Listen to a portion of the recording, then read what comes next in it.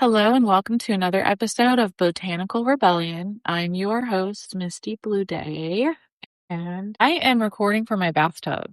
I'm not going to lie to you. I'm just going to be real with you. So if you hear the bath slowly draining or splashing or whatever, I'm in my bathtub. That's all. Why not? This episode is about work-life balance, and I think this is just the perfect setting because I actually called out of work today. And you know what? If the people I work with or my bosses listen to this, that's fine because it's valid. I had such an exhausting day. My wrist hurts. I think I sprained my wrist. My back hurts. My whole body hurts. That's why I'm in the bathtub with some Epsom salt. Come on now. I'm sore physically and mentally from the day of work that I had, and I just wouldn't be my best self if I went to work today. I would not. I would be exhausted. I want to make sure I'm giving the best care that I possibly can despite circumstances. I especially need to make sure I'm my best self. And I also need to take care of myself too. This is self-care. This is recovery, really. I'm not going to let a job or a career ruin my health or fuck with my mental health. So I'm going to prioritize my needs and self-care. And I think you should too. So it's valid. I'm physically, mentally exhausted and I'm in pain and I need a recovery day. And I have a lot on my plate coming up these next few weeks in order to avoid getting burnout or getting sick, which would result in spending more time off. Sometimes you just need a mental health day, and that's today. So that's part of work-life balance. If it's out of balance, maybe you need to have a conversation with your boss that you need to take a day off or so to get yourself back on track so that you can be your best self. Because when we're checked out, we're burnt out, we're not fully showing up, and that's not fair to anybody, right? I also decided to have a few guests. I have Sarah Hidy, who I miss. She's a good friend of mine, and I missed her, and I was like, let's get some lunch. And then I forced her to have a conversation. I was like, come on, you're so smart, you're successful. I had to get some tea from her so I could share with you. And she did. She's awesome. And I'm so grateful that we had our lunch date, and I'll share her clip. Totally peer pressured into this. This was not my idea. This is a total I am setup. forcing her. That is so true. 100%. Go ahead and introduce yourself and what do you do? All that good stuff. My name is Sarah Hidy. I run a mortgage branch with a mortgage firm out of Melbourne, Florida. I love it. Yes. Tell me more about that. What do you do? So So if you need mortgage, you're the go-to? I mean, I'd hope so. Yeah. We're 100% referral-based mortgage company here in Brevard. I've been with them for 14 years. This is my 14th year. And I've been in the industry for 28 years. Yeah. So you're a badass. You do very well. I consider you very successful. Do you have any tips and tricks? I know you've come from a tough life and you've gone through some shit. Any tips on getting through crazy life shit and coming out on the other side and being a successful badass woman?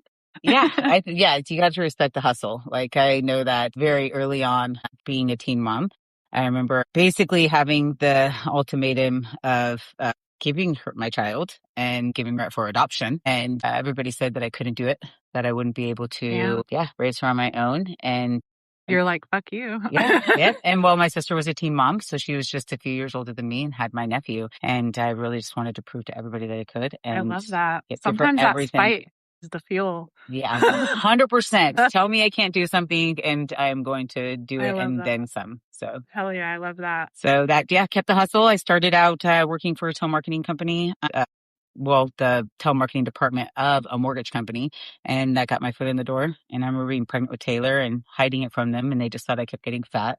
Funny. And then finally I had to break the news that I was like, just 17 and having a baby. And they actually helped me through everything and became the manager of the telemarketing department. I had 6 older women underneath me. Wow. Chain smoking in between calls, making mortgages happen. And not me, the older lady. And that's kind of where I started my career with that. And now you're on an amazing fitness health journey. Share some about that. Yeah. So I definitely chalk that up to having an amazing athletic boyfriend who has put his gym priority, put it up on a pedestal and high in his life after a rough time that he rubbed went off in his on life. You. Yes. Yes, it is definitely therapy. I feel like if I don't go, I can't start my day. I would say about 50% of the time I'm in here in gym clothes. I love that. And you Maybe, look maybe a little amazing more. and you're feeling Thank you. good. Thank you. Yes, Love absolutely. it. Cut down the drinking tremendously. This year, one of my big goals was to make sure that I am held accountable for myself with being in the office, because for loan officers out there that are having a hard time during this economic time with mortgages and real estate, even real estate, is if you're not present and you're not showing up, then you're going to have every excuse in the world on why you're not successful. And I was using all those excuses for the past couple of years after my divorce and kind of, checked out. I've been a workaholic my whole life. I've always hustled. I've always been on, never took a vacation that I didn't have my Oh my laptop with gosh. me. So that's actually what this episode's theme is. I didn't even tell you. I'm just like, let's do this. We're having coffee.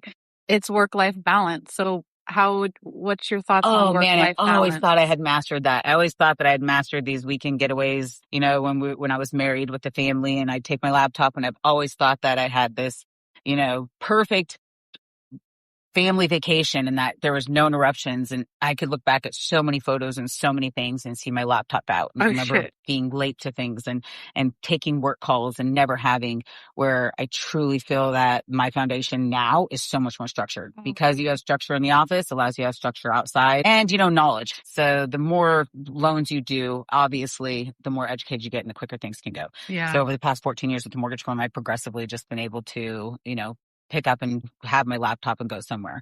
But when it comes to new business and staying creative and staying present and being held accountable, get your ass to work. Yeah. Show up, go to the office. Yeah, that's how you got all, if you can't see because we're just recording, but you have a shitload of these beautiful, like, what are those, trophies? Yeah, and it's kind of funny because the last one was right before my divorce, and those are Circle of Champions. And, this year I'm on track to go to Circle of Champions, and I really had checked out. I didn't even care about awards anymore. I really didn't care. Had always carried this, how am I perceived persona in the industry. I've always worried about how I'm perceived, what people think that I am. Always worried. Always worried, always just, hyper focused on how I'm perceived. And over the last couple years, I've What's the still focus on cared. now? I do not care how people perceive me. I do like not that. care. I don't care how, I don't need filters anymore on my photos. Yeah. I don't, unless it's a joking one on Snapchat, turning me into a man with cowboy hat. I don't care anymore. I checked out with really caring how I worry about how people see me, view me, if I have makeup on. Anything that comes with social media used to be so driven with how I was perceived, and I just don't give a fuck anymore. I really love that. And has that attitude or shift changed like your business or your life in any positive way? Or I thought it was always going to take away by not posting how many loans I've closed, where I'm at with being number one in the company. I'd already reached that plateau. I'd already done that. I always had this where I got to tell people that I've had this many closings. Each month I had to kind of check in and say my numbers just because I felt like I had to. You don't have to do that. Yeah. That does not help your success. Your work and your dedication, your quality of work can outshine all of that. I see so many people out here that are doing self-hype. Self-hype only goes so far. Yeah. Other people hyping you and showing up on social media, that's more of what I'm focused on. This is like, if somebody tags me to something, I'm going to put it on my page. Before, I used to never let things go on my page. Yeah. I was really, critical on, what events I did. And now, now I just kind of just post more family, more of my life. Yeah. And, Living in the moment. let some people see a sneak peek of it. The real special people, which Misty being one of them, gets the real inside, with Snapchat. But that's like family, friend based only. Other than that, I do a few stories, about the life. My grandson is absolutely my pride and joy right now. And having now the granddaughter coming is just absolutely amazing. That's another drive is that, I support 3 families right now. That's your focus. Yeah. Yeah. It's not a struggle either. It just makes me more driven. What kind of tips do you have for people about work-life balance? I think the biggest thing is enjoying what you do. Yeah. A lot of times you have to kind of point out to them how special their job is. So people battle with the importance of their job. Mundane, same thing, in and out. Yeah. And until I'll use Chris as an example. He works at NASA. He's an aerospace mechanic. And, when I first met him, everything was very negative about his job. And I'm like, this motherfucker, you get to see a I know, freaking right? rocket just go off. We I'm forget talking on the that. phone and he's like, Yeah. I'm like, what's that sound? Like, I'm like, wait, what? What the Wait, hell's going on? exactly. Like, right there. And It's his ground cool. shaking is literally right there. And, yeah. So Perspective. I started, about 6 months into our relationship, 7 months into our relationship. I remember being like, do you realize how special and unique your job is to be able to have that job? Yeah. I think I kind of pointed out, and he started taking pride in it over Oh, I love but the that. last year has really shifted with him, especially this year. This year's shift with us, both career wise, is we did a lot of life, Yeah. not work. We were lifing. We were lifing, traveling, doing a lot of lifing. Yeah. And now having the work life balance this year has been incredible. So again, now mastering the 3-day weekends, definitely have mastered them. Yeah. So yeah, we I try love to do that. something. If you don't lock in and set down a schedule and plan events, mundane turns into depression, which turns Mhm. into a negative view on life. When you guys also prioritize your self-care, like you're at the gym, you're eating healthy, like that's a big factor in the work-life balance too. Huge factor. So anytime we go anywhere too, is we always look to see if there's a close, cool gym. If we're Yeah. traveling somewhere, make sure that the hotel has a gym. Even if it's something that we get in and just do, it's not even like a super hard workout, it's just getting up and in the morning and having that is, Yeah. just like having breakfast is going to the gym for us. Yeah, part of Yep. the daily routine. So before I ask how everyone can find you and all that good stuff, any kind of tips you want to say to anyone who's trying to buy right now in this life? Yeah. So hey, listen, if you are a hero, like if you're labeled as the hero, anything to do with teaching, schools, nurse, hospital, firefighting, police, and veteran, capitalize on this Hometown Hero program. I'm telling you right now, Hometown Heroes program is phenomenal. There's a lot of bond programs out there. This by far is the number one that makes it the easiest for you to be able to walk into a house with no money out of your pocket. And especially if you're a veteran, of course, because they have 100% financing, but this is 5% of the loan goes towards down payment and closing. So you're getting a huge chunk. You have the Nice. seller helping too. So super beneficial. If you're not, it's not bad. It's a little tougher out there right now. Rates are just a little bit higher right now, but the bond program, the traditional bond program still has, a decent rate that's on there too. But the big thing is like, what is your payment and what are you paying for rent? Yeah. So if you're paying right now $1,200 for rent, don't think that you're going to walk in and be able to buy a house and have that same amount. So, Yeah. I think the biggest thing that people don't realize, and I've been telling more than ever, I feel like the past few months that I've been telling people, take half of your income pre-tax, divide that by 12, and you literally half of that, you cannot exceed 50% of your debt to your income. So if your mortgage payment is $2,000 and you make $3,500, you're not getting financed. So it's not getting financed. Scratch that from the record. It's going to be more difficult. So financially, your debt to income needs to be less than 50%. Some cases, again, veterans, some FHA, have a little wiggle room. There's some wiggle room there, but that's just a general rule of thumb. Yeah. So I've been having a lot of sad people, a lot of sad calls, somebody that's on told me their salary and they're looking to buy. And the reality is that taxes and insurance are high right now, and they don't realize you think it'll come back down, or we don't know. I mean, listen, every day we do the rate dancing Every here. day, There's every no day. historically. I would say historically, up until COVID, I would say historically all the time. We knew the fluctuation. We knew what flux. We knew like the highest purchase period is in June. We knew that. Were you looking at the Treasury? I don't know what that means. And it was high. So the what does that 10-year mean? Treasury is at its all times high right now to like the last 5 years. It's crazy. It hit 4.7 yesterday, which is just ridiculous. I mean, general rule of thumb is that it's 2% higher as the 30-year,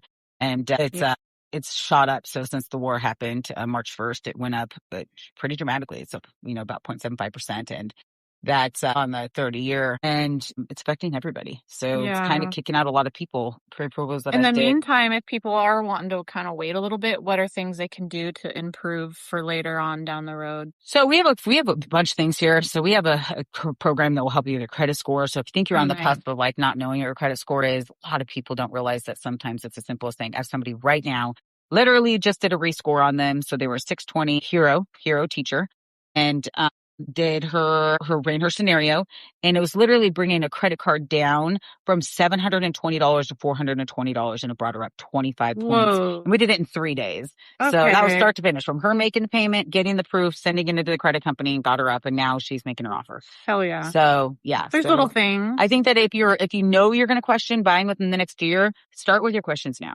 Yeah. So text, reach out, email, however. So how do people get a hold of you then? Oh yeah. So pretty much I'm a workaholic again, even though I have the balance, but my cell phone got the balance, but my cell phone is attached to me 24/7, 954-729-4968.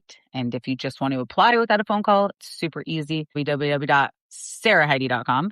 So that's 2 H's, SARAHHIDY.com. Any words of wisdom to wrap it up? I think that really, I'll give a little shout out to you, is because I believe that who you surround yourself with is a very, very big deal with having your balance as well. Yeah. So if you have people that are not motivated and they aren't driven, and they're not they're in their career where they're not moving forward and they're stale, is how you're going to feel about your job. True. People that are wanting to move forward in their job, be adventurous, have things to do, those are the people that keep you motivated. If you're with a Debbie Downer, you're going to be birds of a feather. That flock together. Absolutely. Yeah. So yes. Yay. Thank you. Not bad. So back to my bathtub. I have guava berry Waterloo sparkling water.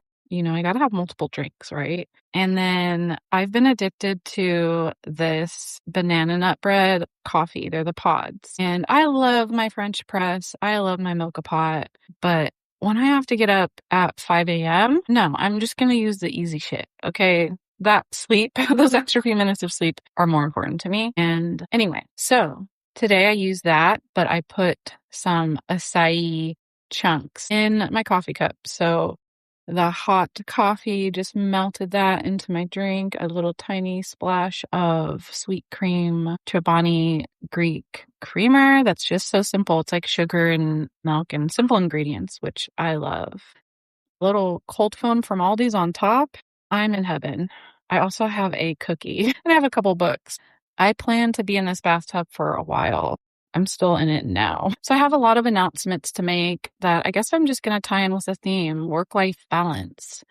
I love to travel. If you know me, you know that I work my fucking ass off. I'm not just a nurse. I also do hair at least once a week. So I have my 3 shifts a week as a nurse, 1 shift doing hair. Sometimes I'll do photography as well. I also do some freelance as far as creating websites and content for the beautiful clients that I have that don't use AI and want an actual human taking photos for them. I also have my self-care shop, which is an apothecary shop I've had for about 8 or 9 years. I don't drink alcohol, if you didn't know that. And I got really into making my own shit because I was sick of putting chemicals and ingredients in my body that just make us sick. I wanted to have more control over that. At the time, what I was looking for didn't really exist. So I decided to create it myself. I have different teas. I have a pain balm. I have many fun products. And then I also created a book that has the recipes for all of those and educates you. So you can do all that too, whether you want to do it as a fun little shop that you create one day, or because you just want to have home remedies or learn more about tea and wellness, then get my book, Botanical Rebellion, Apothecary Guide to Nature's Alchemy. It's very fun. It's so fitting with the times. Like the inspiration was, it's very smartassery, but with whimsy. And of course, science, because I'm a fucking nerd and I'm passionate about health and wellness. So I decided to kind of mix all of that together. I love the whimsical. I love romanticizing life, but I also want the real shit, So it's kind of like, well, fuck the system. When shit hits the fan and we don't have our resources or everything's just so expensive, AI takes over the world. This book is fun because it educates you so that you can learn how to make things from nature and make your own stuff that keeps you healthy and feeling great. But of course, as a disclaimer, none of the shit I'm saying is meant to be medical advice or taken that way. Always talk to your primary care your medical team, your providers. Don't listen to me. This is just me storytelling, sharing my life from a bathtub. I'm off today. I'm clocked out. So talk to the professionals. Today, that's not me. There's my disclaimer. You can get that book on Amazon. I'm trying to promote my shit more. I've been really quiet. In fact, today's the 1 year anniversary this book came out, and I never even had a book party. I had a celebration that it was available on Amazon and officially out, but that was it. So I'm trying to make up for that. I want to promote my passions. I'm working on 2 new books right now. I don't know which one's going to come out first. My audiobook, I should be getting a date for that release literally any day. Could be today. And I'm super excited about that. It's completed. It's edited. It's getting uploaded. So that date should be coming soon. And I want to announce that I will be officially going into travel nursing. Yay! I mean, have fun. So back to work-life balance. I love to travel.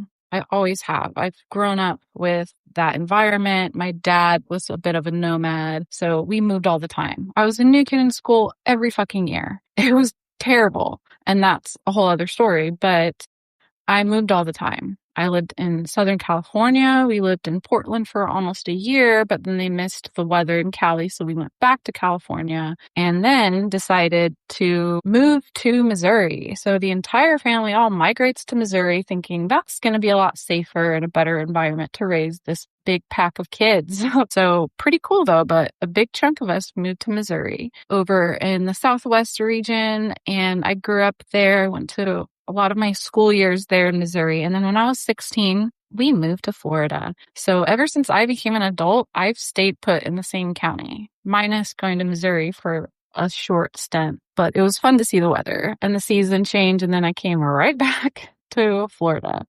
We also went on road trips all the time as a kid. I went up to the Northeast coast. I've gone from Florida to Missouri road trips. I've taken my kids on road trips every year since they were young kids. So traveling's always been a thing for me. I think part of it's from growing up, but I just love to see the world. You know, I don't know how long I'm going to be capable of seeing the world. You know, one day we're going to be bedbound. We'll be too old. And I don't know. I just want to see it all. It fascinates me. It's intriguing. It's just beautiful. I love just discovering any kind of park or waterfall or mountain or just cool place or eat food from wherever the fuck I'm at. It's just so exciting to me. And again, maybe because I'm not a drinker and I'm not out at the bars, I just seek that more than anything. I always joke that it's my therapy. Working out, being active, and traveling, it's my therapy. So I'm joining forces with my career and my love for traveling. And I decided, because I'm on this mission to promote my books as I'm working on new books and my audiobook launches, and I've been falling into this stand-up comedy thing. I've decided that what a great opportunity it would be to take travel assignments where I'm in some new place I've never been for 13 weeks. I can do stand-up in that town while I try to perfect that. I'm still such a noob and I have so much to learn, so I'm just going to bomb for a little bit until I figure it out. But what a great place to practice where nobody knows who the fuck you are. And everywhere you go, there's going to be pop-ups and farmers markets and events that I can promote my book and my apothecary shop. Next guest, I will introduce Tristen. He's actually my recruiter. I have known him since before I was in nursing school. And so when he started working as a travel nurse recruiter and I was in nursing school, I was like, yo, stay in touch, man. I'm going to call you. As soon as I hit my 1 year, I finished school. I passed the NCLEX, I get my first job. And now I'm at my 1 year. I finished my 1 year. And this whole time, my end game was to do the travel nursing. And he's set it up. I'm taking my first travel assignment. It's going to be in, drum roll please, Indiana.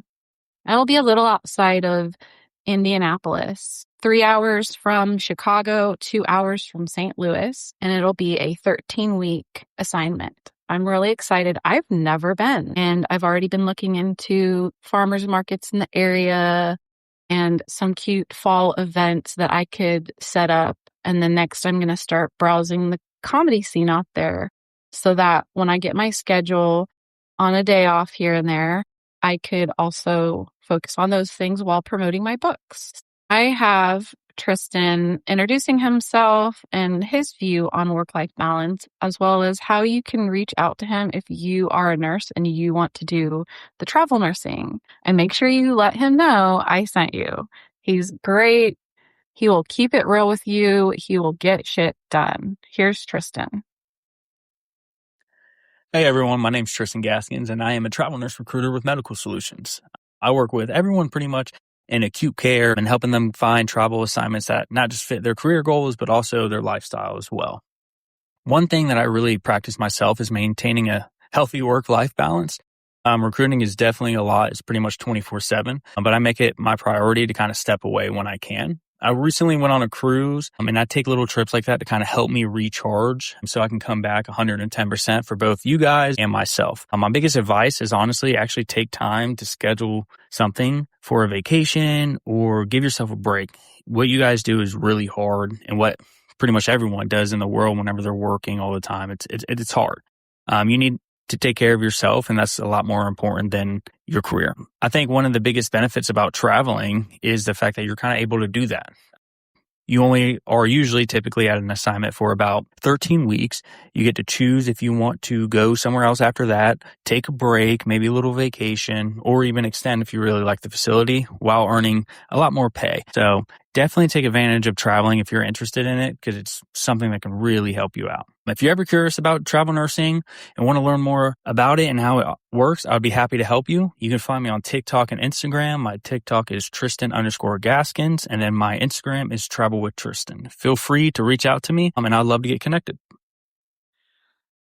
So that's Tristen. I'm so excited to be working with him and can't wait to see where the next place I end up will be. It's going to be a really interesting and exciting new chapter. Another thing that's important about work-life balance is you got to be able to have boundaries, okay? Your job could possibly walk all over you if you don't have any boundaries. For example, I had a job that would call me on my days off. Non-urgent shit, right? That's also a way to lose employees, is by crossing boundaries with them. I would get texts and calls about non-urgent shit that could wait until my next day in. Say I went on Monday. It'd be Saturday, Sunday night, morning. It didn't matter when. This chick wasn't even in the office. Like, what are you doing? Roll over and kiss your significant other and put your fucking phone down, hun. You shouldn't be texting me. It was like marketing shit. It's fine. The world's not going to burn down. I will be in when I clock in and do the shit I need to do. Again, I am all about the hustle. I am all about the hustle. And sometimes you gotta be up at fucking midnight working on some shit to hit a deadline. But it doesn't have to be your regular thing. That's my point. I'm all about the hustle, but I'm also all about balance and prioritizing shit. So being able to set the boundary and say, hey, thanks, I will circle back to that on Monday when I go to work, No attitude there. Okay, no attitude. Just keep it simple, keep it nice, keep it profesh. But you have to be able to set those kind of boundaries. You also need to know your limit and pour back into your cup. Are you burnt out at work? Is that all you think about? Are you setting it down before you walk into the door? Or are you carrying it into your home life and stressing out about it? For some people, their job becomes their entire personality. Like in that case, you got to have some hobbies. You got to have some outside passions. There's so much more to life than clocking in and clocking out, and there's things that people discover new about themselves every day, but you have to just try shit. Like, for example, my friend Nicole, she went golfing and all of a sudden she fucking loves it. She went all out. She got her clubs and her shoes and all the things you need. She's been working out to be able to be the best at it that she can be. She's taken some lessons. She is passionate about and loves it. And she just discovered this. How cool is that? And that should be inspiration for anyone. You can just stumble on something in your life randomly and decide to have passion about, but you just got to try it. You just got to go out there and try new things. I'm always trying new things because who knows? What if I love it? What if it takes me down this new path? What if it takes me to some exciting future? I don't fucking know.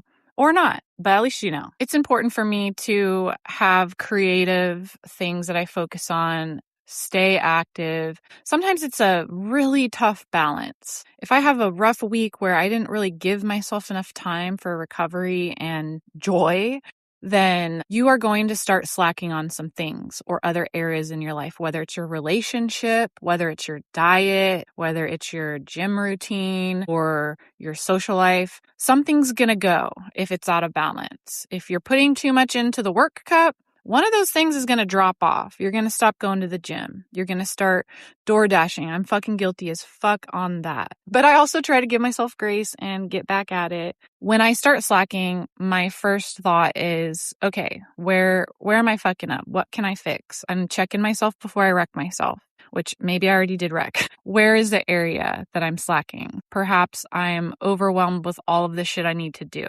because I'm about to change up my life right now going on this travel assignment. I have so much to do. My precious daughter was in a motorcycle accident. That's been really difficult and hard to navigate. And with work and relationships and everything else in life, it sometimes becomes a lot. When I start slacking somewhere, for example, my diet, I'm slacking on my diet. I just feel exhausted. I go into freeze mode. So you have your different trauma responses or things that you might do that you don't realize you're doing. There's fight, flight, fawn, and freeze. So for me, I'm going into freeze mode. I'm overwhelmed and I'm just like, I'm frozen. I can't do anything. How do I get out of that mode? Well, where am I putting too much into? It's just so much.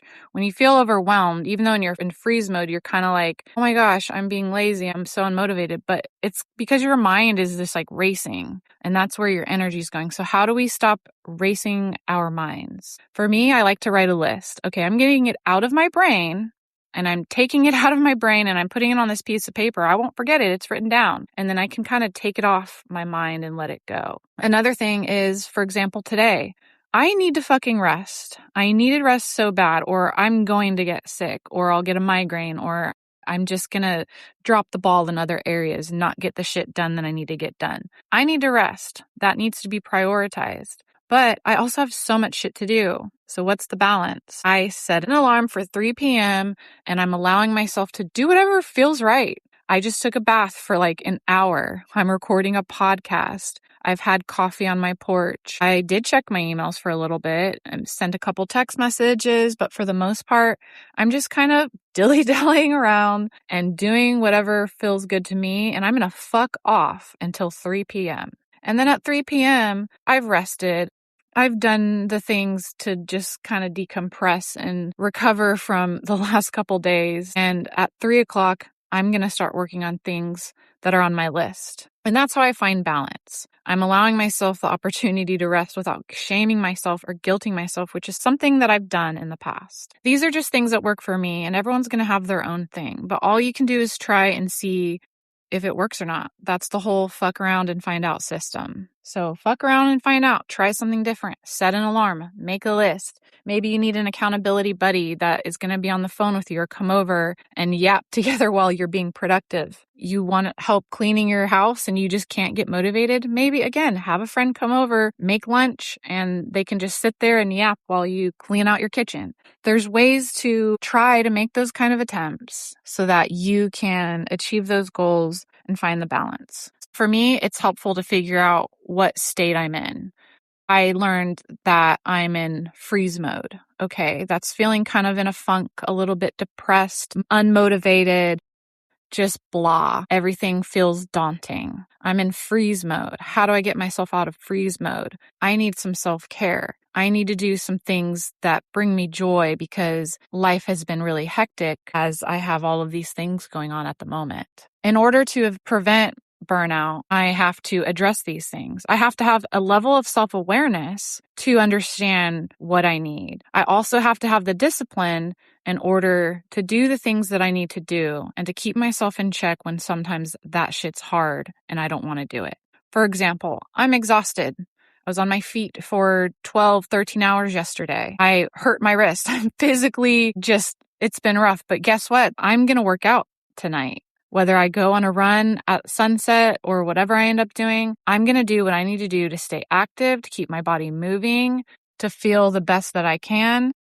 I took a bath. I've rested. I'm eating nutritious things. I do need to take my vitamins. I'm not going to let a hard day be an excuse. We just can't do that. So I guess I'll wrap that up.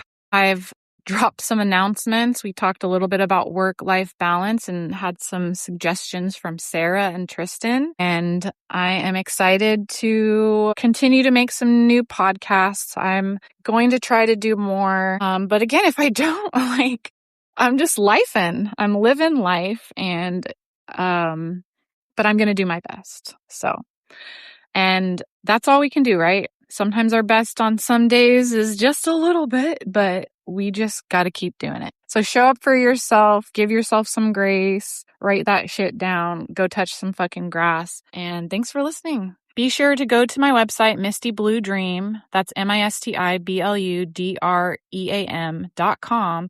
You can subscribe. I will be making blog posts. I have an events page where you can see what events I have coming up. My books are on Amazon. Garden of Blue is my other book that I didn't mention before, but it is a memoir about navigating trauma, loss, grief, and chronic illness while being in the medical system that doesn't always have our backs. Both of those books you can get on Amazon.